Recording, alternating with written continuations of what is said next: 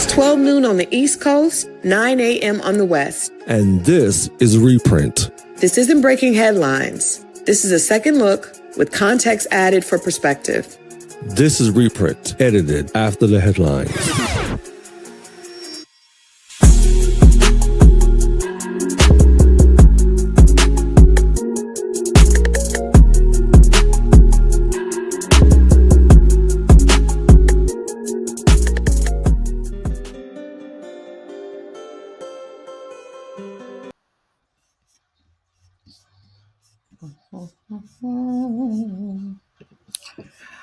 All right. Good afternoon to the East Coast, and of course, good morning to the West Coast. This is the Reprint, and this is Crystal Jordan, and of course, Victor Flavius. It looks like Victor. Victor, can you hear me? Hey, 1 second. Hold on. Okay. Give me 1 second. Sorry about that. Okay.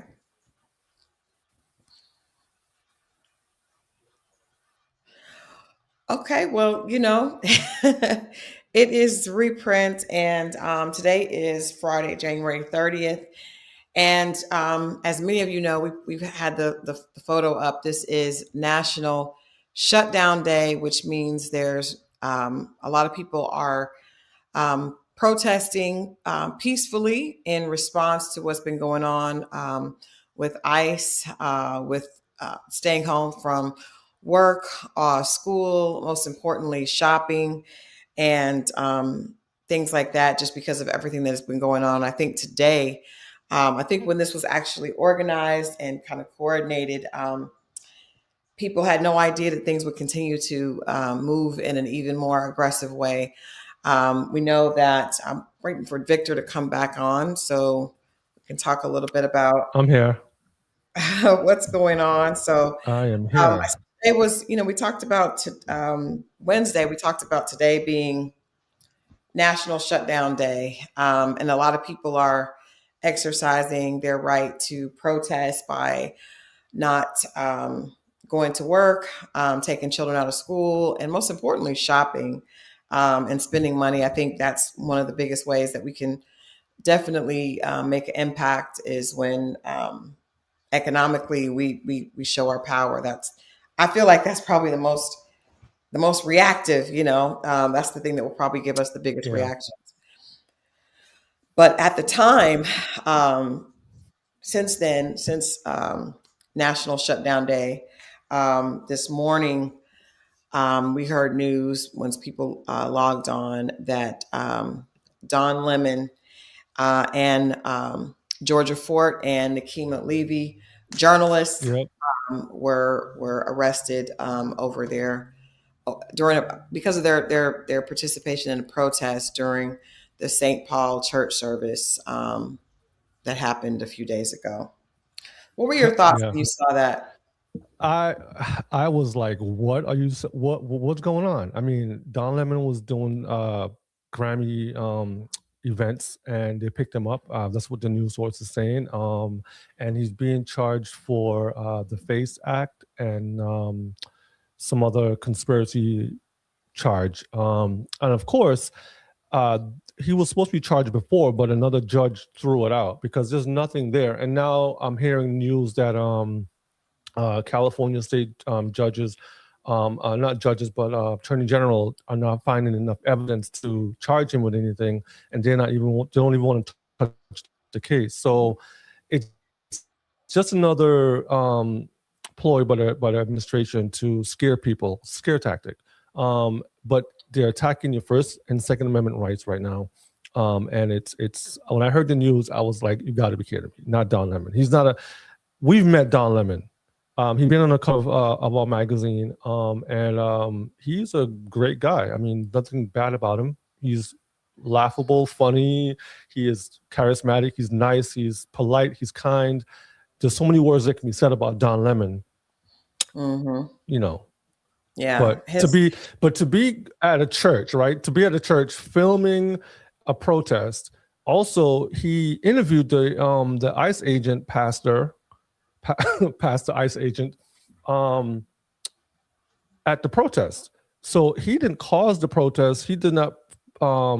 He did not cause the protest. He did not orchestrate the protest. He didn't. He wasn't protesting. He was there as a journalist, an independent journalist, covering what was going on the ground. And I think the Trump administration doesn't want people to see what's happening on the ground. So that's my take on sure that. they definitely don't. Yeah, they definitely don't want people to talk about it in with any other narrative than in support. And I think that's what, to me, it is.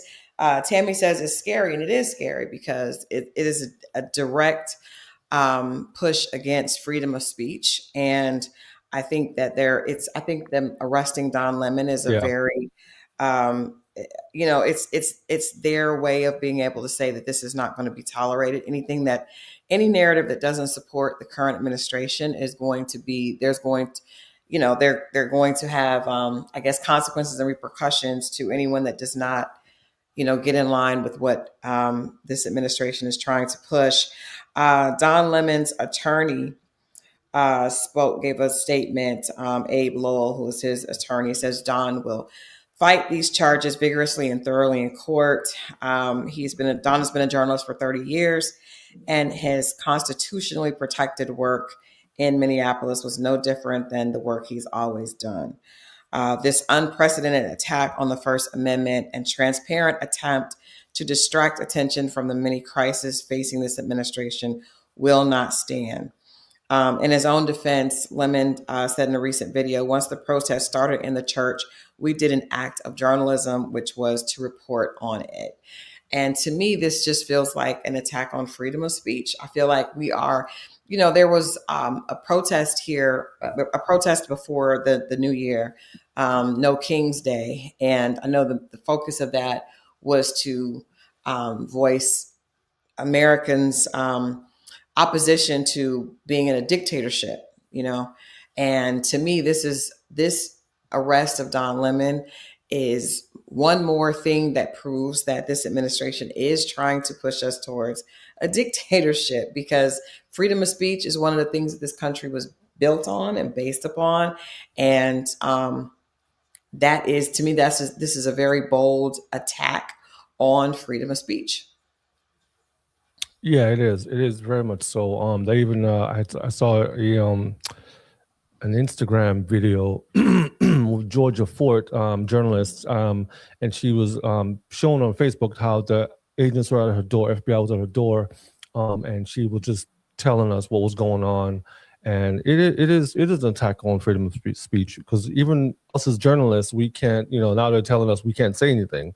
So we have to stand up for our rights. We have to all voice our opinions and share and like and do what we can, because democracy is under attack right now.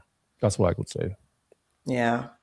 I think journalists, like we said, we're posting our support of him today. He's supposed to go to court today, so I am hoping that he will be out. Hopefully today. I know it's early there, but I'm hoping that he will be out and speaking later today. This is like freedom of the press and First Amendment rights are in jeopardy. And Tammy says, I feel like we're in China. I think that's where this is moving us to. But I think it's important that we realize that we do have the right to speak out as a people. And I think support is important. I think when you see that this is a scare tactic, the worst thing that we can do is kind of tuck our tail and not support those that are doing that. And so I think that whatever you can do to show your support, it may be not to go shopping, it may be to, post something on your social media, it could be, just whatever you can do yourself. I think we all have to be aware of that, because one of the things that I see that this is, I believe very strongly, is when you see something like this happen to a fellow journalist or to someone that, Don Lemon has been around he was a CNN anchor. He's an independent journalist at this point. I know he's been very active on X and also Substack. He went live on Substack and was talking about a lot of this. And so, these are not isolated events, and what you see happen to someone else it's definitely going to have a ripple, like a ripple effect on others. And so I think that's what this is. The biggest message to me is that we need to do this. I think even the deaths that have happened with the ICE, between ICE and the crowds, that is also, to me, is a big sign that this is not, Yeah. this is going to be happening to all of us. I did see this morning that ICE agents are here in Georgia. There's, I was looking through the news and there's so much going on. It's hard to kind of keep up with everything, but I did see that there was ICE agents doing arrests here in Georgia this morning. So, Yeah, it's really mind-boggling, and as we watch the news, we see a whole bunch of unrest going across the country. Minneapolis is definitely under fire right now for whatever reason. I saw this this guy posted. I'm not sure 100% the facts on it, but he was basically saying Minnesota is the only state that hasn't been red in a long time, and so they're trying to turn it red by whatever reasons. But like what you just said, the best thing we need to do is inform each other, stay informed, read information upon the events happening. Don't be distracted by whatever false media is out there, but you still have to, weed through it, see what's important, what's not, and just stay informed, because the more informed you are on the situation, whether it be law cases, because a lot of times we just hear things, we don't know what the law really is, but we need to find out what that law is, look it up. Hey, what does this law mean? And know more about it. Know your rights. Know what to do. Maybe contact an attorney friend if you have an attorney friend or somebody that may be able to walk you through it and help you understand better what's going on, because there's a lot of information out there, especially in our community. We're not informed enough. We are too concerned about football, basketball, housewives, you name it. I mean, granted, those things are fun, but in times like this, it's important for us to know our rights and to know what is actually going on in our country. Yeah. So, no, I definitely agree with you. That's my little take on that. Yeah. Makeup and Mimosa says we have to learn to utilize these newer platform movements such as Twitch and get them involved with the movement. She mentioned that we needed to push this knowledge more on the younger generation, because they are the voices that need to be speaking the loudest and actually need to really understand what is going on, because this is going to be their country shortly. Those of us that understand, we need to make sure that we are getting this information to them. And I think a lot of them are, young people are usually the most passionate voices, that you hear. So I think a lot of them are speaking out. I think that that's a good point that you Makeup and Mimosas, that we need to combine that. We need to make sure they're informed, and that we are allowing them to be a part of this, the pushback, because I think that's where we're going to see change take place, is when young people start to, get involved as well. In the same, ICE is an issue that is affecting and impacting across the country. And like I mentioned earlier, they're here in Fulton County, and there's a lot. There are a lot of people that are upset about that. The FBI raided Fulton County elections warehouse, seeking 2020 ballots, which is crazy. The FBI executed a court-authorized raid this week on the Fulton County election hub and operations that are near Atlanta, seizing ballots, voter rolls, and other 2020 election records. Officials say this warrant was signed by a judge and directed agents to collect physical ballots and related records tied to the 2020 presidential election. The Fulton County leaders were largely kept out of the process and remain unclear on exactly what was taken or where the materials are now stored. The raid is occurring against the backdrop of ongoing claims of the 2020 election fraud by former President Donald Trump, despite multiple audits and court rulings confirming the results. You remember he Oh my goodness. the last presidential race, when he lost, his team refused to concede initially. You remember that they did not concede, and then when it did come that it was proven that he did lose the race, still did not. And then our district attorney Fannie Willis here um, pushed to have him arrested. He had to come to Atlanta and be arrested, and for This is attempting to. payback. Right. So I think this is backlash against that. I also think this is, we have to be aware that what things look like just at face, you can't take things at face value. There's a bigger movement here. And when I hear that they're looking to uncover those ballots from 2020, it suggests that, first of all, we know that this is in preparation for the midterm elections that could potentially take away a lot of his power if we're able to flip the House. But I just feel like there's something bigger than that his administration is working on, with attempting to prove that he was unjustly lost the 2020 election. And I'm sorry, you guys are watching. I am in a different location. I'm taking care of my mother-in-law today, and so I think my Wi-Fi is a little bit spotty. And if that's the case, we may have to end a little early. I apologize for that. Can you still hear me, It's Victor? okay. I can hear you fine. It was just a little spotty once in a while, but yeah. This situation with the Fulton County raid that happened, I think it was yesterday. And National Director Intelligence, Tulsi Gabbard, was there. Why, we don't know. It's like, why would she be there at the National Intelligence Director? Why would she be at a raid, right? That doesn't really happen unless it's something that they're looking for. The fact that they raided the elections office, it tells me that they're probably trying to cover up something, and not just cover up, but change the course of history. Because why would you want all these ballots? Now you're going to say, oh, look, he did win and now there's corruption, so now we have to impose these different things. And so they took all of the ballots. I mean, what do you do with all of the ballots? You're going to, you know what I'm saying? So I was like, what's really going on here, So this is something I'm going to be closely looking at, because people are scared, and people are saying, oh, we won't have a 2028 elections because of what's happening right now. These are things that are gearing up towards that way.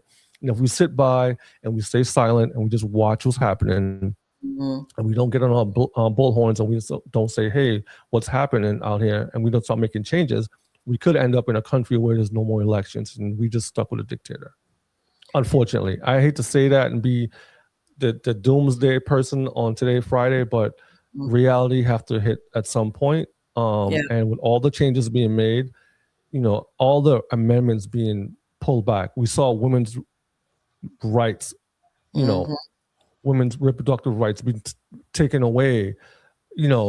All these things are coming, like, just reversing. You know what I'm saying? So it's really, really, really appalling and alarming to me, at least.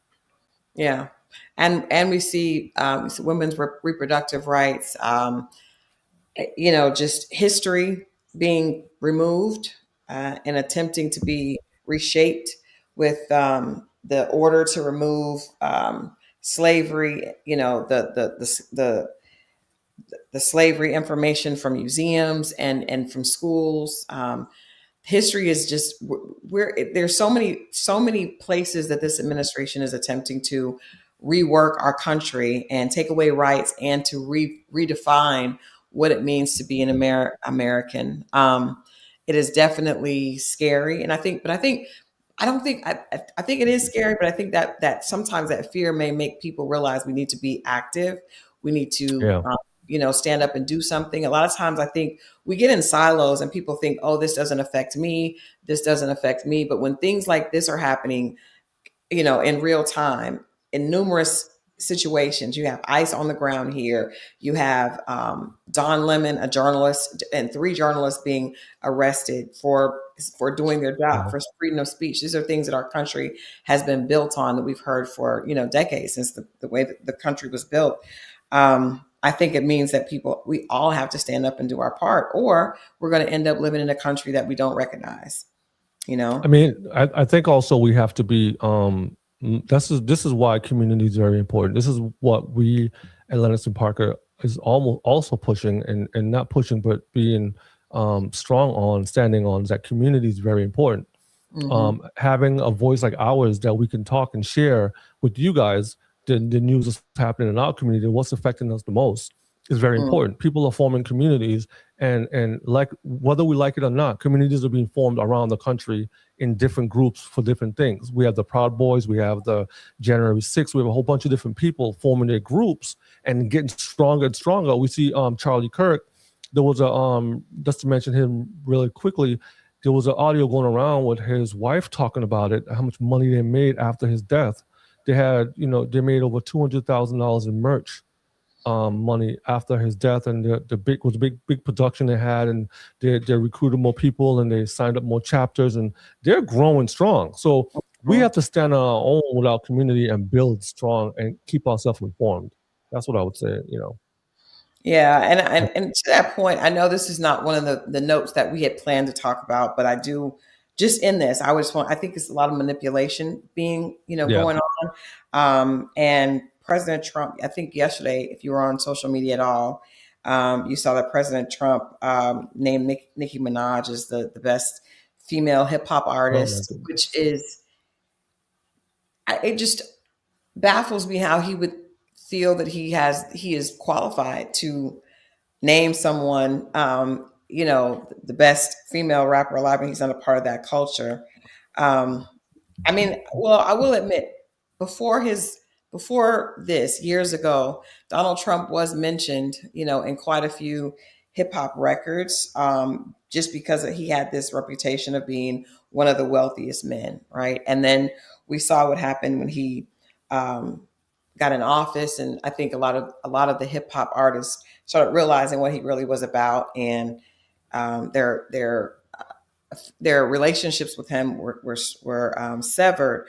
But President Trump to welcome Nicki Minaj, and we know, if you're following pop culture, you know that Nicki Minaj has been, I would say, on a path of self-destruction. She's been just, a lot of ties and relationships that she's had in the industry have been severed because of, she's definitely been kind of like wilding out on a number of things. But on the 28th, President Donald Trump welcomed Nicki Minaj to the stage at the Treasury Department's Trump Account Summit in Washington, D.C., and praised her as the greatest and most successful female rapper in history, while Nicki Minaj declared herself as his #1 fan. Did you see the visuals of Nicki Minaj and President Trump holding hands and walking out? What did you think when you saw that? Horrible. Why?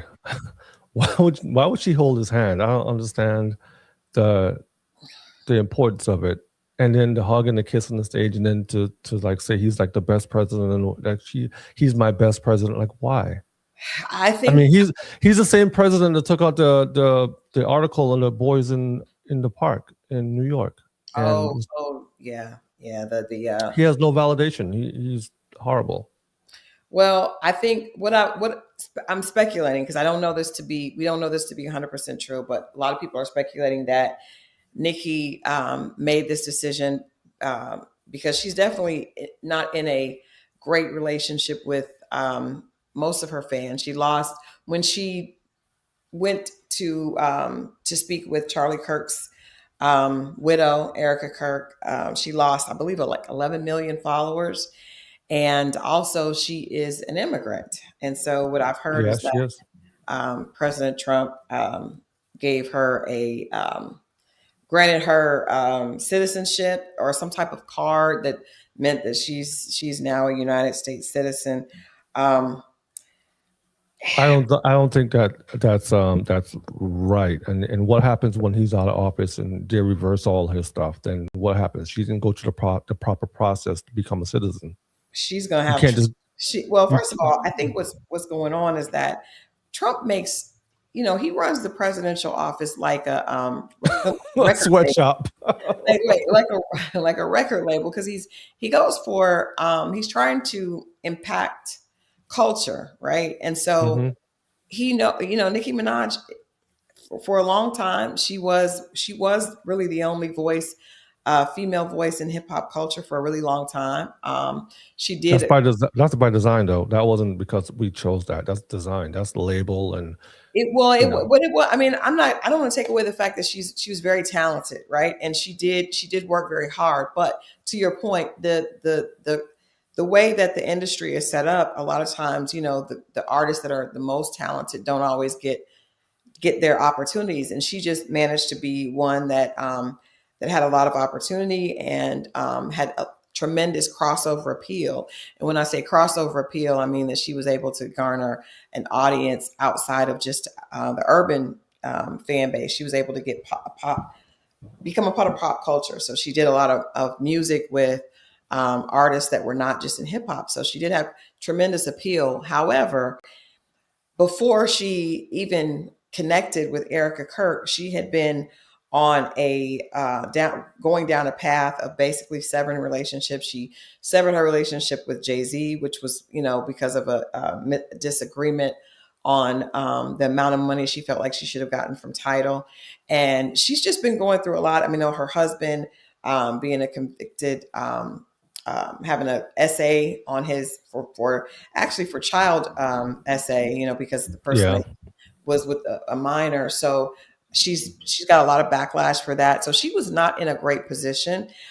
Him going and making her this spokesperson for him with the urban community. We see that always happens with I don't even want to just say with Republicans. I'm just going to say with politics. They like to, yeah, find people that are part of the urban culture because they understand our impact, and they will prop them up and present them as their good Negro to influence the other Negroes,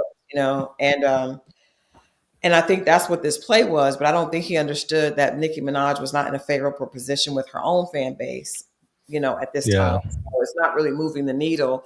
In fact, it probably is going to. I don't want to say anything negative, but I really think this is going to have a horrible impact on Nicki. I really am worried about what she's going to do when she realizes the gravity of what she's done, and what that's going to mean for her career at this yeah. point. She's too The big of an artist to be involved in this right now. At this point Well, I don't in think she's going to be our that big of an career. artist. I think this is the end of her career. I think this is the end of her career, and I think that she struggled when she had to share the hip hop platform with other female artists, and the fact that she's done this, I think she has, I think she has committed career suicide, and I wonder Oh how yeah. she will handle that, after that. 'Cause I don't. I don't. I mean, she could.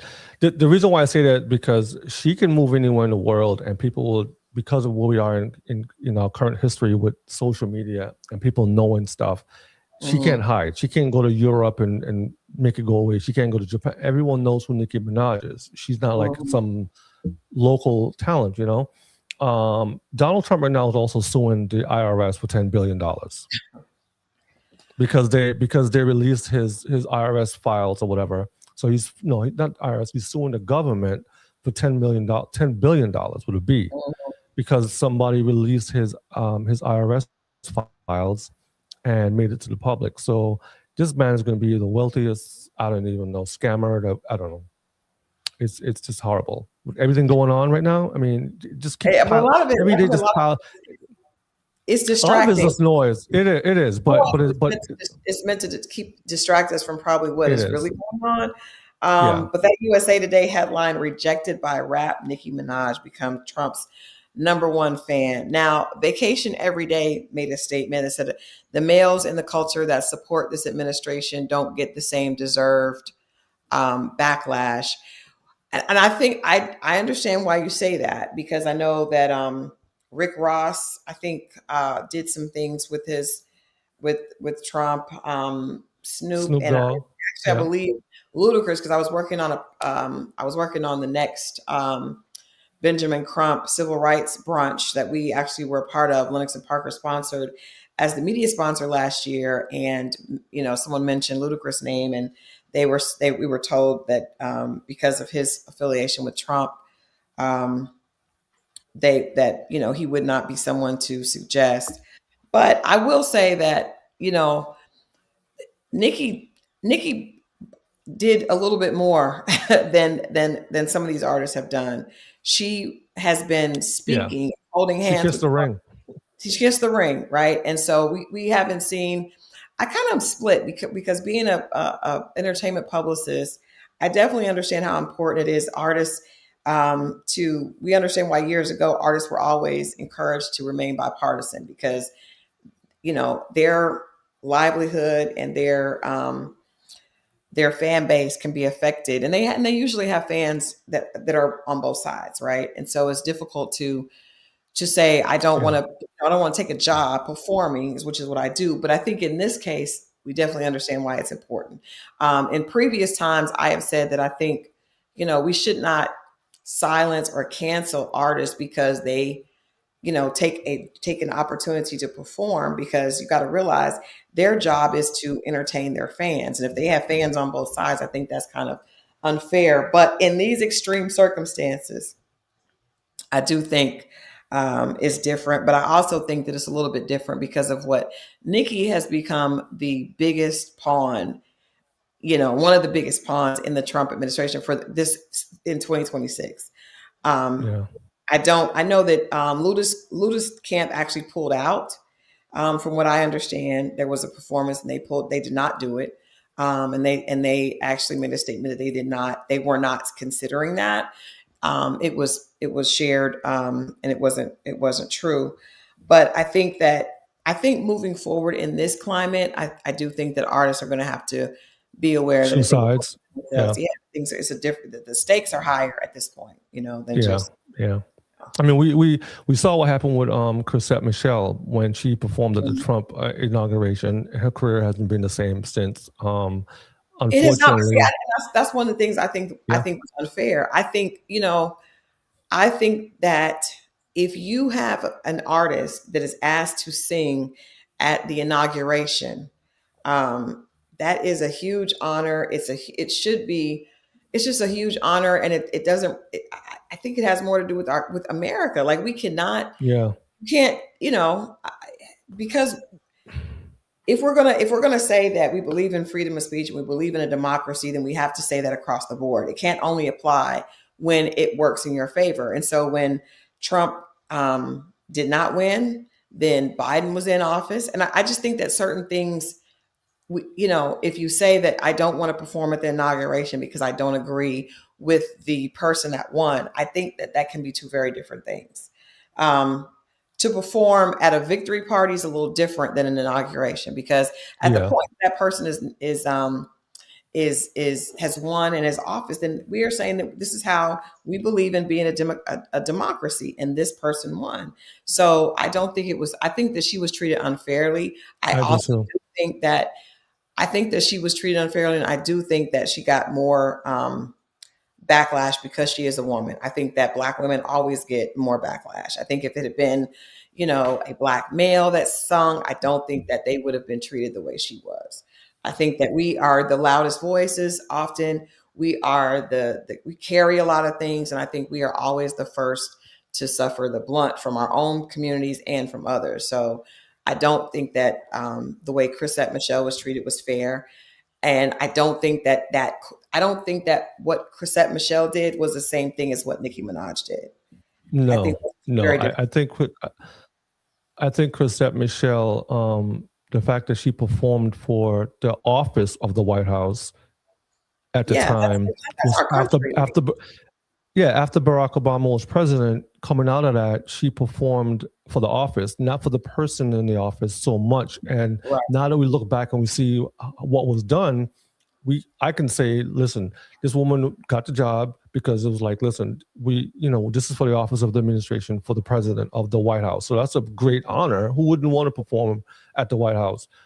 But looking back now, it's like, okay, well, she wasn't doing it for Trump. She was doing it for the, but We see afterwards now what's going on with Nicki Minaj, with Snoop, and we as a culture also have to take we also have to take some responsibility for that too, I think, because we support these same artists that go out and do these things, and we say, "Oh, it's not a big deal. He was just performing. It's a business deal."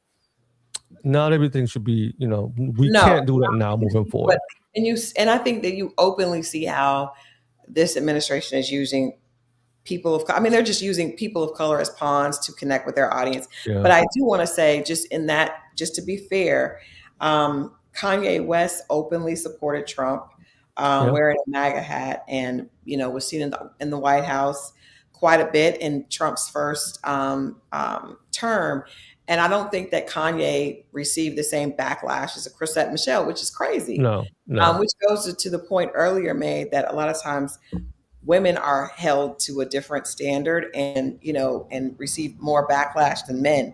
Kanye was actively campaigning. And we say, okay, well, he's bipolar. Yeah, but we don't, his intent was definitely to support President Trump. And Lil Wayne endorsed President Trump in 2020. And a lot of different rappers, Ice Cube, and I don't think that the men have received the same backlash. So I do, they have not. No, agree that that's not fair. Chrisette Michele was going to sing for an inauguration for the country, and I don't think that's the same as Kanye West wearing a MAGA hat and going hard. It's just very strange, very strange. But I do think at this point we should all be seeing that things are a lot more dire, and we have to stand together, or we're going to all end up in a very bad place. Speaking of people not supporting or supporting, very strange. I find this very, very strange that Melania Trump would have put out a documentary. I know, right? Strange that I don't. She put, this new documentary about First Lady Melania Trump has been pulled from theaters in South Africa just days before its scheduled release.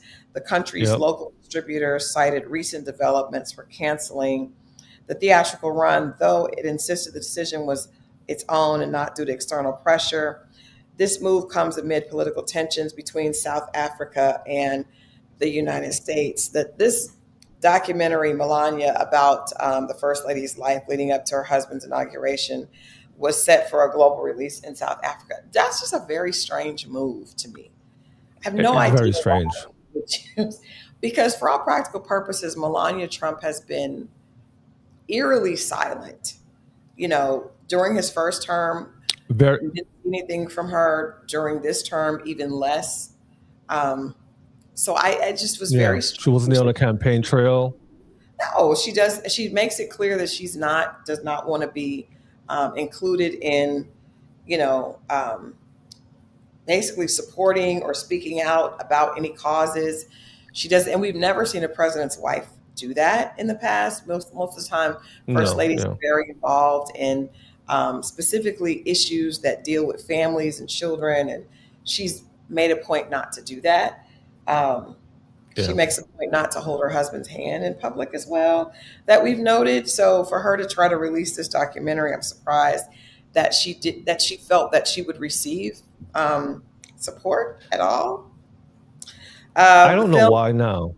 Yeah, the film has provoked controversy due to its high budget, heavy promotion, and political connections tied to the Trump White House. Just very odd that this happened. Yeah, in a day and age like right now where there's so much going on, even let's just say, granted, let's say it's a good documentary, let's say Trump was a good guy, let's say all this other stuff, right?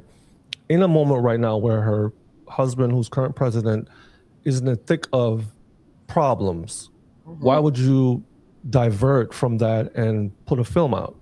There's no support that's going to be going that way, especially in the country. The country's not going to support you. No one's going to support you on this whole document.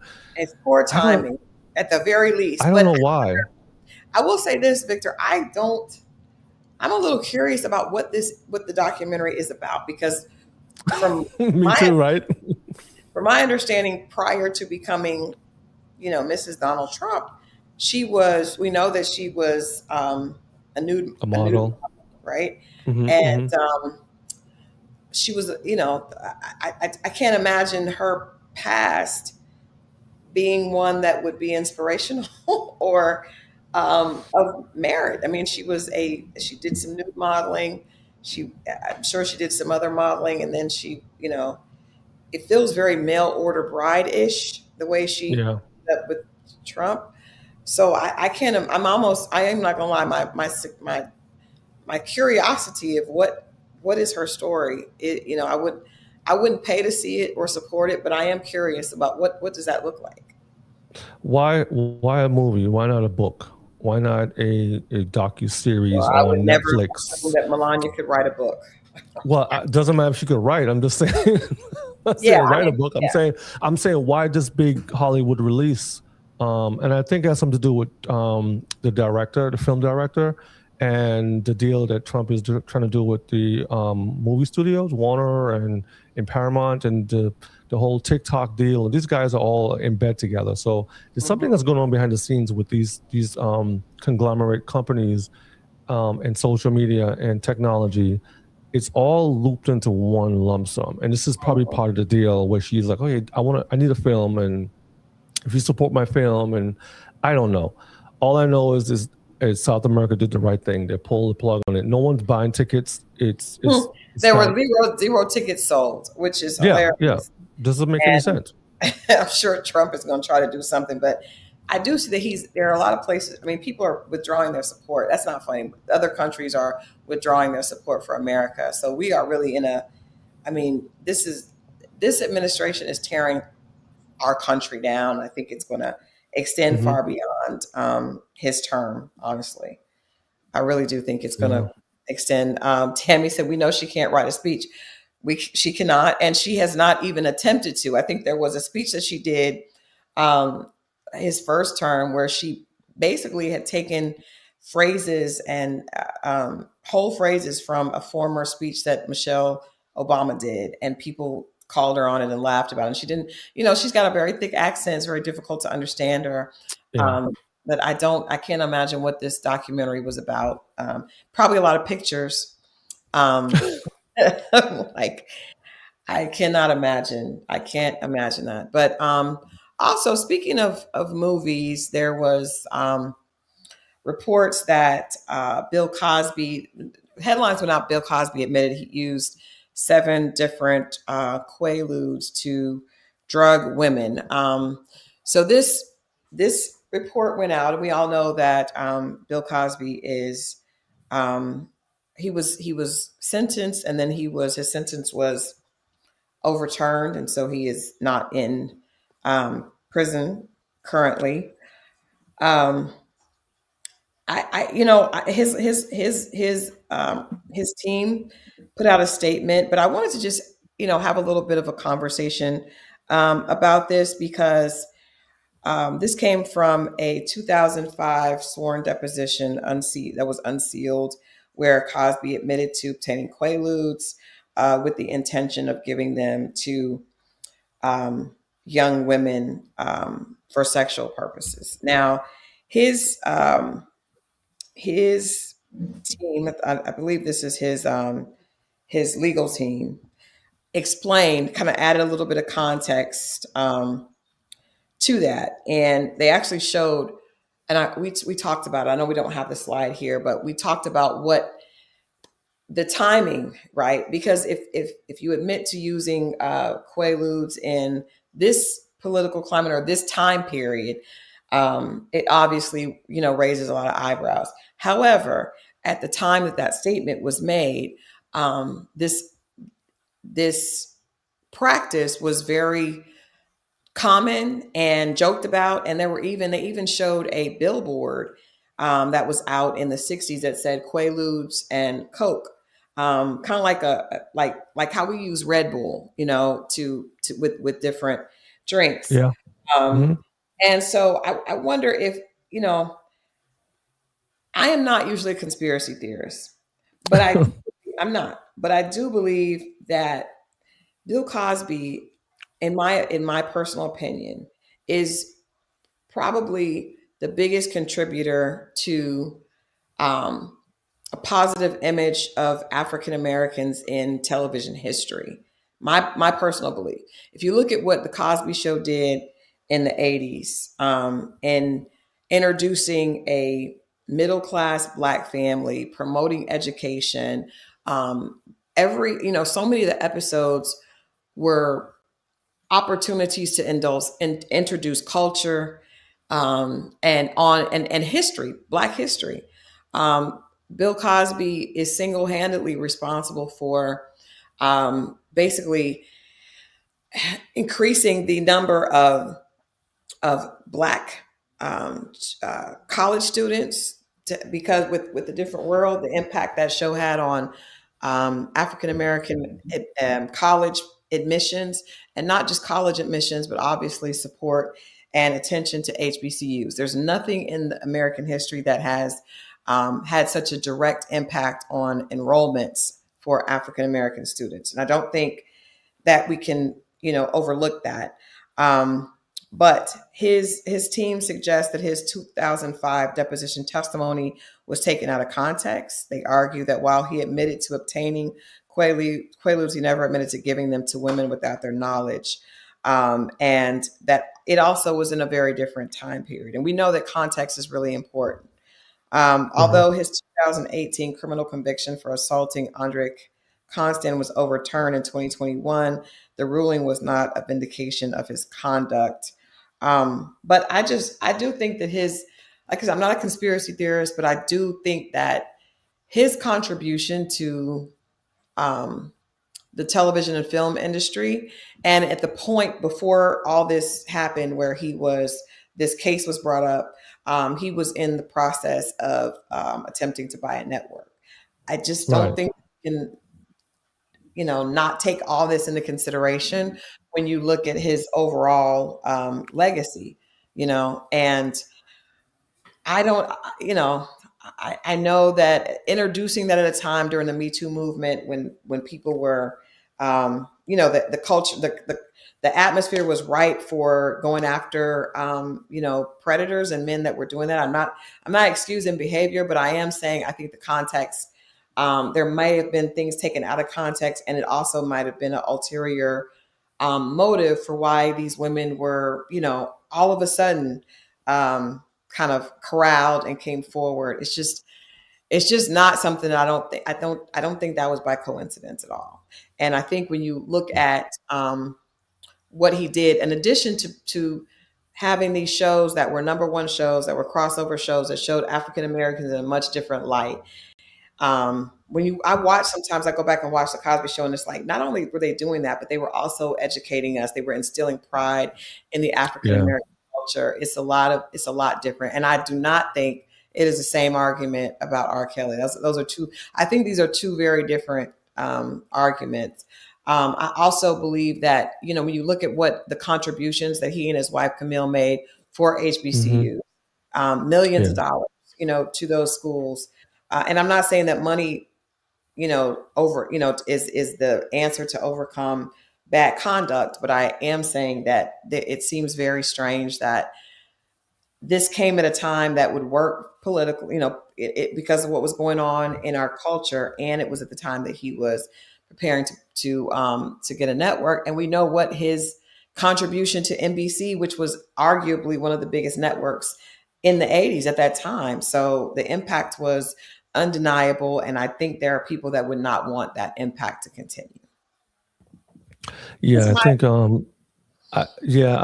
aside from the victims that were, violated during whatever happened in that time, there are other people who probably were worse than Bill Cosby that never got, convicted of anything, or even, whatever.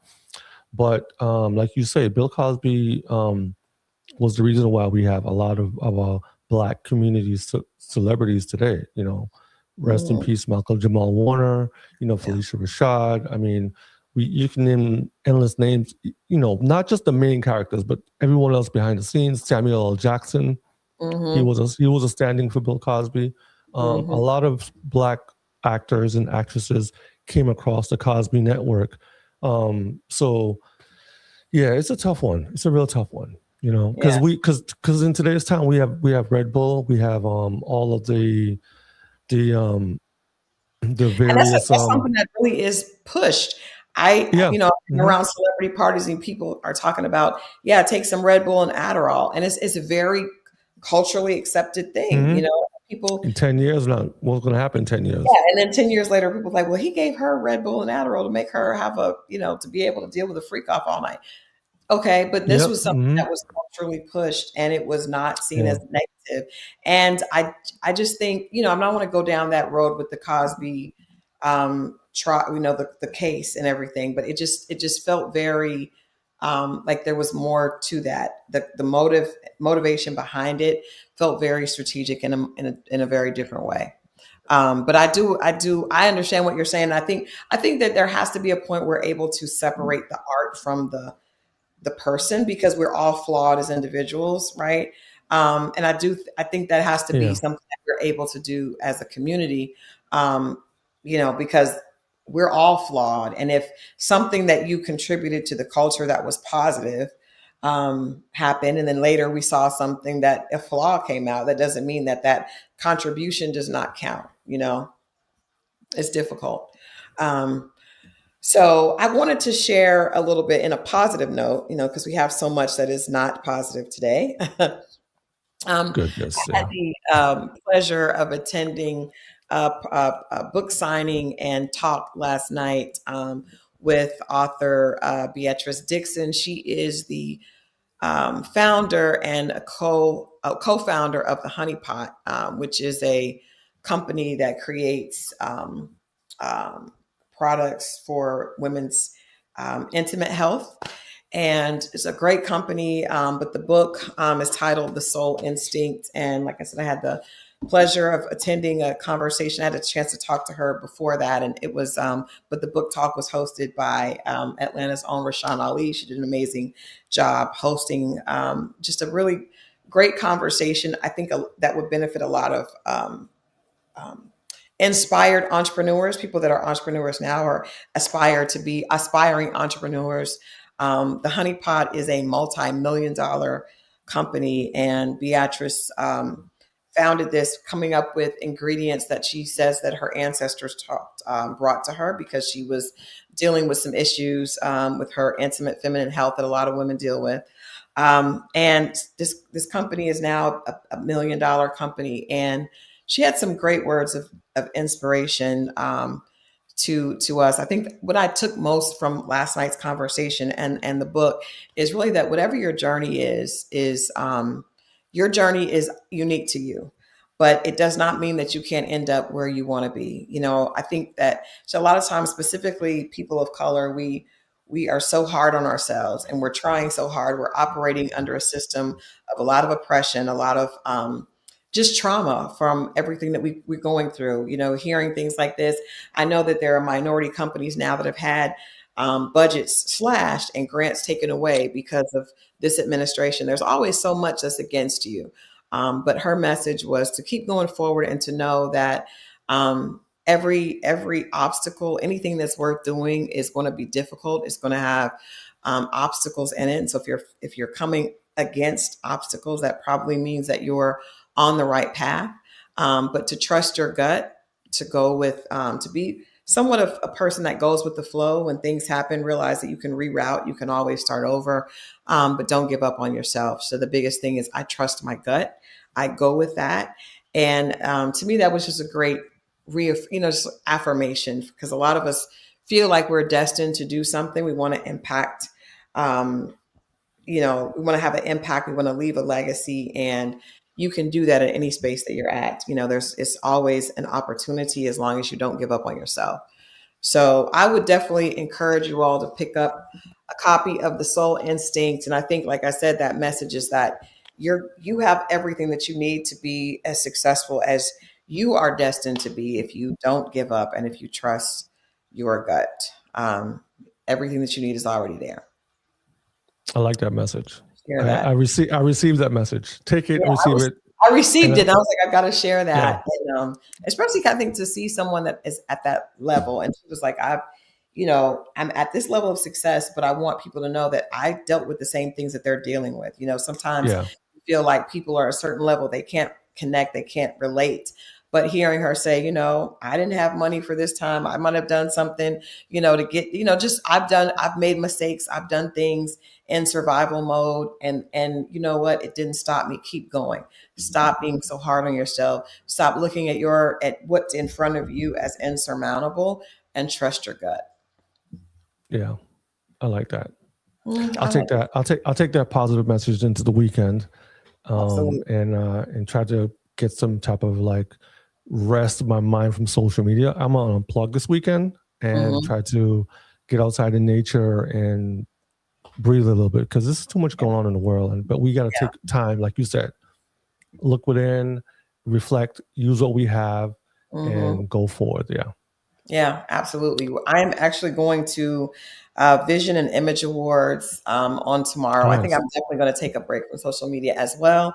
I have a podcast tonight it's going to be a lot of fun, I think, and kind of like one of those things. Sometimes I like to just do something fun. We're going to be talking about a dating show on Ready to Love. Those that listen in, we're going to have a good time just to take our mind off of this and have some fun. But tomorrow we're going to be honoring some amazing women. Melinda Williams, which we actually have as a cover, amazing actress that we're going to be celebrating with a cover, but we're going to be giving her flowers on tomorrow. I'll share some of that. We'll talk about it on Monday, share some of that content. But I would just encourage you to do whatever you can to feel good.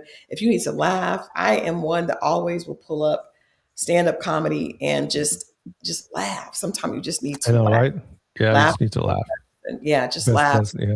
Just do whatever you need to feel good. I do think that it's important to suggest that we all find a way to be supportive of freedom of speech and just freedom in this country. So whatever you do, be it blacking out, not buying things, or whatever you find it in your wheelhouse to do, we encourage you to do that. And we will be back on Monday.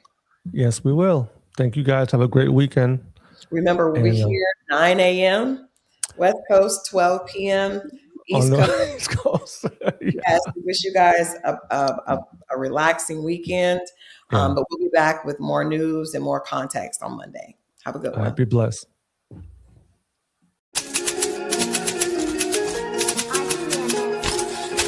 It's 12 noon on the East Coast, 9 a.m. on the West. And this is Reprint. This isn't breaking headlines. This is a second look with context added for perspective. This is Reprint, edited after the headlines.